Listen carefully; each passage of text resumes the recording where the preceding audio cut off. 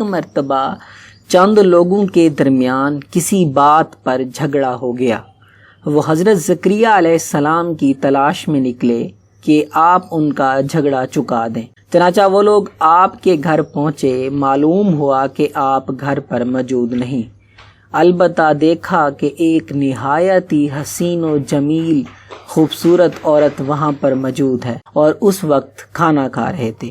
وہ لوگ اپنا ماجرا بیان کرتے رہے اور آپ کھانا تناول فرماتے رہے۔ حیران ہوئے کہ پیغمبر ہو کر آپ ایسی حسین عورت کے ساتھ آخر تلاش کرتے کرتے جب آپ کے پاس پہنچے تو آپ علیہ السلام مزدور کی حیثیت سے کام کر رہے تھے۔ آپ علیہ السلام نے ان لوگوں سے اتنا بھی نہ کہا کہ آؤ میرے ساتھ کھانا کھاؤ، اور پھر جب وہاں سے اٹھے تو ننگے پاؤں اس جگہ سے باہر چلے گئے۔ ان لوگوں کو آپ کی یہ تینوں باتیں تعجب انگیز معلوم ہوئیں، ان سے رہا نہ گیا اور حیرت کے ساتھ آپ سے اس کی وجہ دریافت کرنے پر مجبور ہو گئے۔ آپ علیہ السلام نے انہیں ان کے تینوں سوالوں کے جوابات دیے۔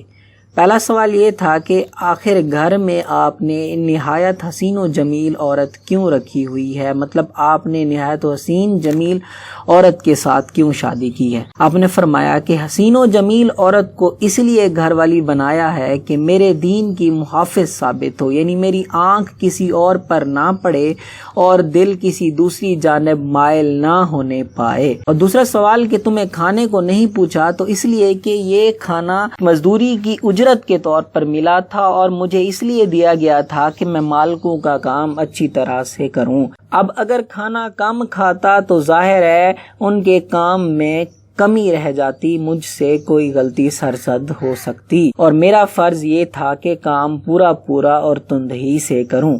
تیسرا سوال کہ میں ننگے پاؤں باہر کیوں آیا، اس کی وجہ یہ تھی کہ اس زمین کے مالکوں کے درمیان دشمنی پائی جاتی ہے اور میں نہیں چاہتا کہ اس زمین کی مٹی میرے جوتوں میں لگے اور کسی دوسرے زمین تک پہنچے۔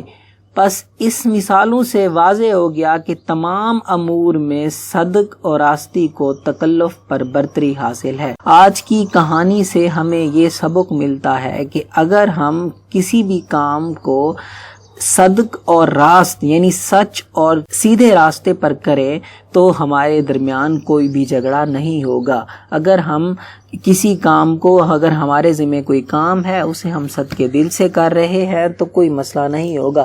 بعض اوقات ہم چھوٹی چھوٹی چیزوں کو بھول جاتے ہیں کہ اگر ہم اسکول میں ٹیچر ہیں اور ہم بچوں کو صحیح طریقے سے نہیں پڑھا رہے تو ہم حق ادا نہیں کر رہے۔ اگر ہم ڈاکٹر ہے اور ہم مریضوں کا صحیح طرح سے چیک اپ نہیں کر رہے تو ہم حق ادا نہیں کر رہے۔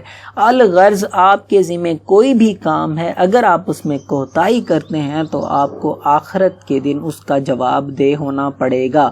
اس کے ساتھ ساتھ آپ جو رزق کماتے ہیں وہ حلال کے زمرے میں نہیں آتا، اور جو آپ کے بچوں کی تربیت ہوتی ہے اس پہ اثر انداز ہوتا ہے۔ تو میرے بھائیوں اور بہنوں، اگر آپ سے کوئی کوتاہی ہو جاتی ہے تو اللہ تعالیٰ کے حضور معافی مانگیں اور نیکسٹ کوشش کریں کہ آپ تندہی سے کام کریں۔ اگر یہ میری ویڈیو اچھی لگے تو لائک کریں، شیئر کریں اور کمنٹ ضرور کریں، اور میرے چینل کو سبسکرائب کریں اور اس کے ساتھ بیل آئیکن کو پریس کریں تاکہ آپ کو تمام نئی ویڈیوز کا نوٹیفیکیشن مل سکے۔